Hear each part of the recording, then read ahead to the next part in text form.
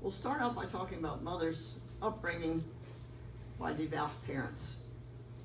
She wrote in her essay, "My earliest recollections are of our family of 7 sitting around in a circle reading from God's word.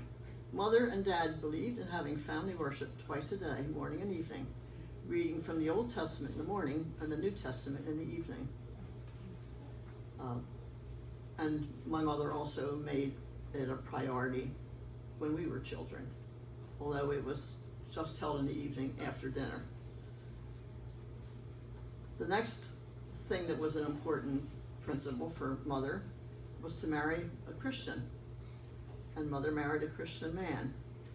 Mother said in her essay, "My parents, brother, and me, my 3 older sisters were married by then," she was the youngest, "began attending a new Christian and Missionary Alliance church in North Philly, in Wissanoming, where the gospel was preached and missionary conventions were held every spring and fall. I was greatly impressed by the missionary stories.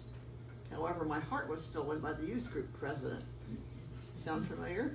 A handsome young trumpet player, Harry Bach, who blew his way into my life. The English teacher liked that comment. It was his grandparents, my father's grandparents, who had started that church in their living room until it was then built into a stone church on Devereux Street. My parents were the first couple married in that church in 1933. And after their marriage, before long, they were expecting a baby boy. Back then, we didn't have ultrasounds, so that was what they were expecting. However, it turned out to be an 8-pound girl.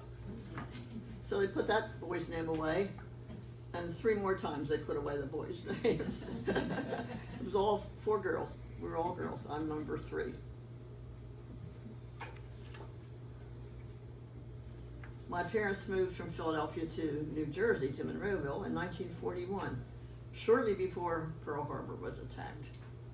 And then World War II was upon us. You're all too young to remember, but the older people would know that many things were rationed during that time. Coffee, shoes, sugar, gasoline. My father had been a salesman and needed his car for work, and he couldn't get enough gasoline with rationing with his tickets, coupons. So he instead took a job at the local defense plant, which of course is DuPont's. As I read a lot, I do a lot of reading about World War II. One of the things I came across once happened to mention that coffee was rationed starting on October 31st, 1942. Well, my father died on October 30th, 1942. So I'm thinking, all Americans were worried about not having coffee. My mother was worried about not having a husband. So then she described what was the shock of her life as she became a widow at age 29. She said, "Harry had been working at DuPont's for about 7 months when I was awakened in the middle of the night by someone pounding on my door. It was my brother-in-law and 2 other people. I don't know, probably DuPont people. They had the horrible job of telling me my husband had been killed in an accident at work. How could life go on without Harry?" One of the things she told me many years later when we were talking about this time of her life and how she lived through it, she said, "It's sometimes the little things that get you." She said, "Daddy would always wash our hair because we all had curly hair and it was so hard to get the tangles out. He had a lot more patience with the tangles than she did." She thought, who am I going to get to shampoo the girl's hair? I guess it happens. But sometimes little things will just push you over the edge. So, the mother says she felt God's arms around her the day of the funeral. And she knew that Harry was with the Lord and that somehow God would help me, I'm quoting Mother, raise our 4 daughters. I was 29 years old and my daughters were 8, 7, 5, and 2. As I sought the Lord for comfort, the words of Isaiah 41:10 came to me. Fear thou not, for I am with thee. Be not dismayed, for I am thy God. I will strengthen thee, yea, I will help thee. I will uphold thee with mine omnipotent right hand. And she says, God proved himself to me in this verse, not only then, but many times since. Mother showed her faith by her faithfulness to church attendance. Whenever the church doors were open, the Bach family was there. We were blessed to have a wonderful couple as our youth leaders when we were young. It is thanks to them and to our Sunday school and VBS teachers as well that the emphasis was always on Bible memory. I can't tell you how I appreciate memorizing all those verses as a child when my brain was a sponge and soaked all that up. When I've tried to memorize things as an adult, it's much more difficult. Some of you may understand that. But they do stay with you, and it was only because they were faithful in preparing. They would cut out little shapes of whatever the Bible verse was around, like thy word is a lamp to my feet. Well, it was a lamp, and that sort of thing, so that we take that home and memorize it before the next Sunday.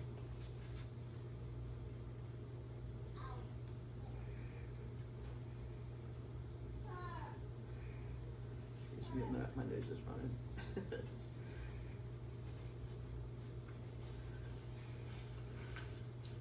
The other thing about Mother's faithfulness in following God was she believed in tithing. She tithed her meager wages faithfully. That was the first amount taken out of her take-home pay, and she never failed. She also pledged donations to missions at our church during the annual missionary conferences. Growing up, I loved seeing Mother's hospitality. She didn't have a lot, but that didn't stop her. You can offer a cup of water in my name and I'll bless it, the Bible says. She would be the one that would always offer to entertain. If our church was having a choir from Nyack or missionaries, she would be the ones that would offer to keep them overnight or host them for refreshments or whatever, or a meal.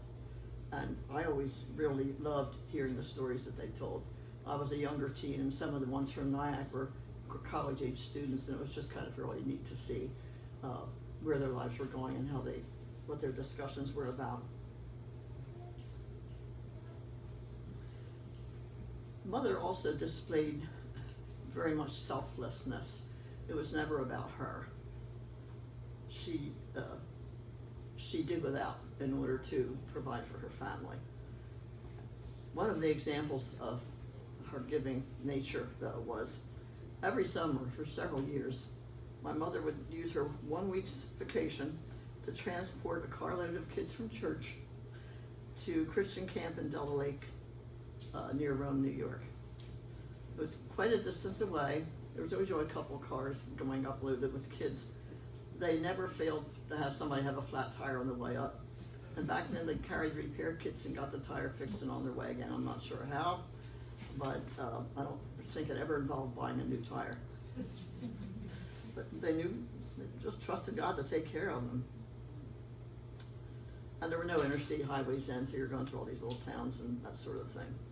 But once they arrived at camp, then the youngsters were all not her responsibility anymore, and she could attend the adult meetings and Bible studies and fellowship with other Christian people. One of my friends from childhood to this day credits Mother with the fact that of her own salvation for all the years she took her to Delta Lake, and the example that she was, and that she found salvation there.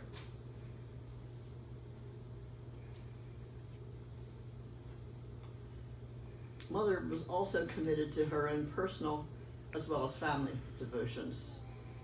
Mother was always up early before the rest of us. When we'd come down for breakfast, she would be at the table with her Bible open. And in the evening, that's when we had our Bible reading around the table, as I had mentioned. Well, how did Mother manage on meager wages? There was never going to be a rich uncle that bailed her out or came to her aid. She credit cards wouldn't have been anything she'd use, because you couldn't take a chance of, you had to stay current. You couldn't get behind because there's no way to catch up when you don't make very much as it is. And so mother's thrift is she's known for. And I think all of us inherited a good bit of that. Mother's forebears were Scottish, so I believe she was taught thrift from an early age. Since money was always so tight as we were growing up, no dime was wasted. We didn't go on vacations or out to dinner. Of course, remember, there were no fast food places of any kind back then. It was just restaurants. Imagine that. We didn't go there either. Mother was self-sacrificing. She rarely spent anything on herself. And we knew not to ask for anything frivolous. We all earned money babysitting for the most part, so we could buy some clothes and things we needed. In 8th grade, I had a sewing class, and so I learned to sew. And from that point on, I was making my own clothes. And I still sew, but now I'm making quilts. I don't make my own clothes anymore. When thrift has been so deeply ingrained in practice, it really distresses me to see how much money people waste on stuff. You just wander through the stores, oh, I like that, pick it up, I see it, I like it, I'm gonna buy it. There doesn't have anything to do with like needs, wants, or desires. There's a hierarchy there. You might need a car to go to work. You might want, say, an upscale Ford, and your desire might be for a BMW, but what you really, just go back to your need. You just need a way to get to work. There's a joke that you've probably heard that a couple guys were talking, and one of them said, "Where's your wife today?" And he said, "Oh, she's out buying next year's yard sale stuff."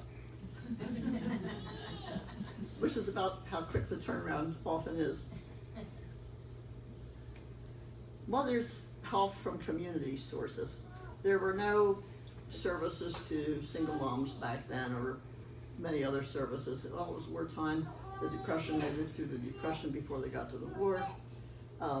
But she had, her employers were very considerate, one of which helped with her with a down payment so that she could buy a house that she could afford.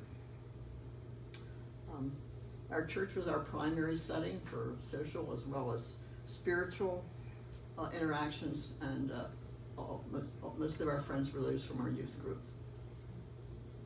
I think our churches today do a much better job of providing for people in their midst or in the community, such as you're feeding the people in Salem, and many other ways, taking dinners, meals, providing other helpful things for families that are in distress of any sort. And I'm so happy to see that. So now to get to me. How has Mother's example inspired my life? Well, I had devout parents who took their Christianity seriously. And of course you can't pick your own parents, so I was fortunate in getting devout parents. My mother asked me when I was a small child, "Would you like to ask Jesus to come into your heart?" Of course I would, so I did. However, when I got to being an adult, I thought, was I too young? Can a child that young make a decision like that?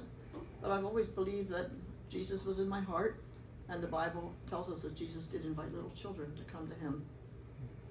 And I believe he invited me too. I claimed Philippians 4:13 as my verse. I can do all things through Christ who strengthens me.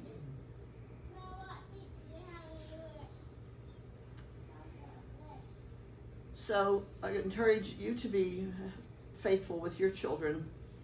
Let them see your example of being faithful in attending church, faithful in tithing.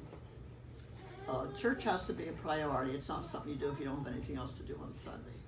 For your children to want to follow that pathway. Prayer and devotions as a family.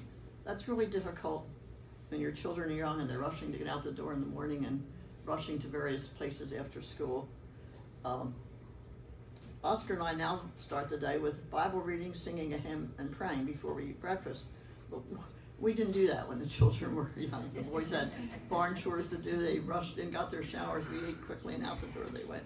But I do wish that we had just taken more time, even as they were going out the door, to pray for each child and their needs for that day. So you can get little prayers going and let them know that you were praying for them. Marrying a Christian, I did that. I had always heard the cautions against being unequally yoked together. It's very sound advice. The Christian partner will not likely save the non-Christian partner. The non-Christian partner will more likely weaken the Christian's faith.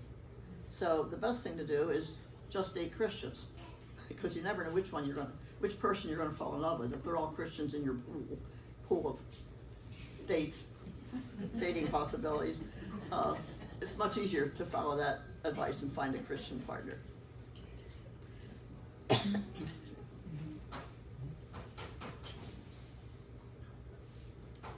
And we have always been, Oscar and I, since we first married, we were always faithful to church attendance, and was always, I hardly took a Sunday off even after I had a baby. Sometimes I think, just let me stay home, I need to be home today.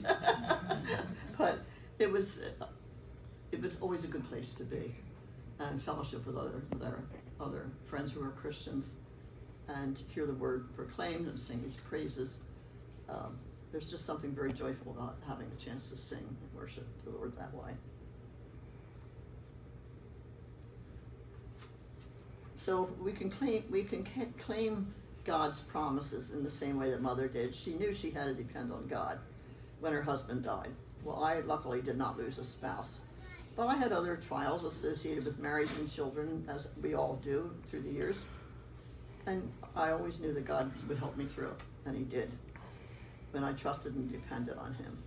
Sometimes my prayer was just as desperate as "Help me, God," but I knew He was there for me. I've tried to be hospitable in the way that my mother was. I've enjoyed having people in for dinner when missionaries are visiting. I've invited them to stay overnight or to come for a meal or whatever. I've always been the one blessed by that. You hear their life stories and how they got called to missions and what their work involves, and it's very uplifting and inspiring. Bible study. Our churches have Bible studies, or I've been involved in small group studies numerous times. Years ago we had some lay witness missions. I don't know if anybody remembers those, because they really go back quite a few years. But a group of Christians would come from another church, and it would be a whole weekend's worth of spiritual messages and uplifting experiences. Through Bible studies, church, sermons, over the years I grew spiritually, praise God. Many times it was the preachers, Bible-based preaching, or revival services, or the Bible studies for other people, how they influence you. My journey of faith, like most people's, I guess, has had its ups and downs. And there have been times when I've veered off the course a little bit. And if you have a car with one of these lane correction alarms, which I do, I turned it off very soon because it was always alarming. And I wasn't I was going out of my lane. It's just I lived in the country and you have to go around a dead animal or, whatever. But that's what, if you think of God as being our lane correction alarm to bring us back in the straight and narrow.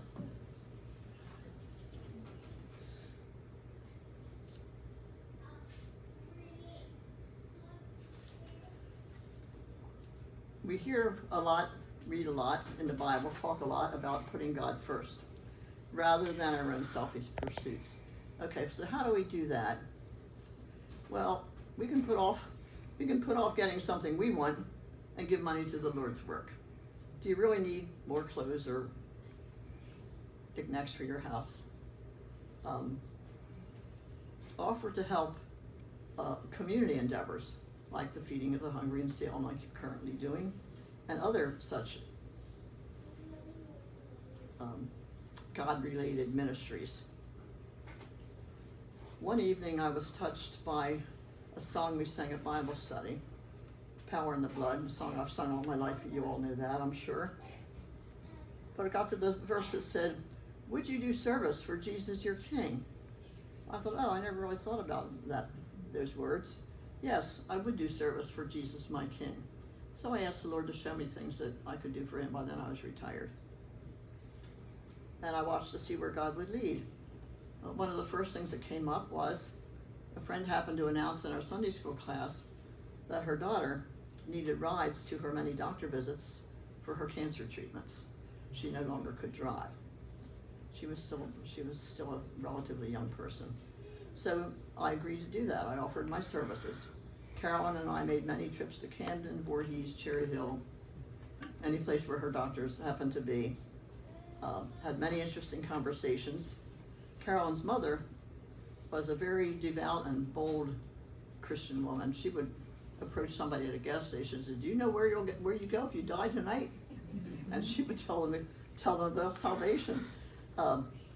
Carolyn, no, to my knowledge, she never accepted salvation. She's still alive and doing quite well, but she's moved away, so I don't see her anymore. But I know she still has a lot of people praying for her. So I like to drive. I enjoy doing that. She was a very smart lady. She had some very responsible jobs at Philadelphia hospitals while she was working, and she was a fun person to be with. And I hope that she'll see her way to accept the Lord soon. She's in God's hands. So in closing,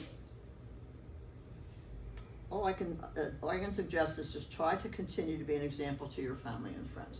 Remember examples that were set for you. It may have been your parents, or it may have been someone else in your life that was a big influence for you and put you in the right direction, and are the ones that were responsible for your ultimate salvation.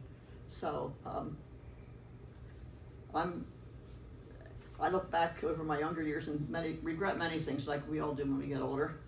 Things we'd have done differently, made many wrong choices, being prideful, opinionated, not setting the best example, whatever. But I'm grateful that God allowed me more years to become a better example, I hope, being a little more mellow, taking things in stride, being more helpful, showing God's love wherever there is opportunity, and there are many opportunities for that. So I thank you for inviting me to speak, and I just thank God for his patience with me.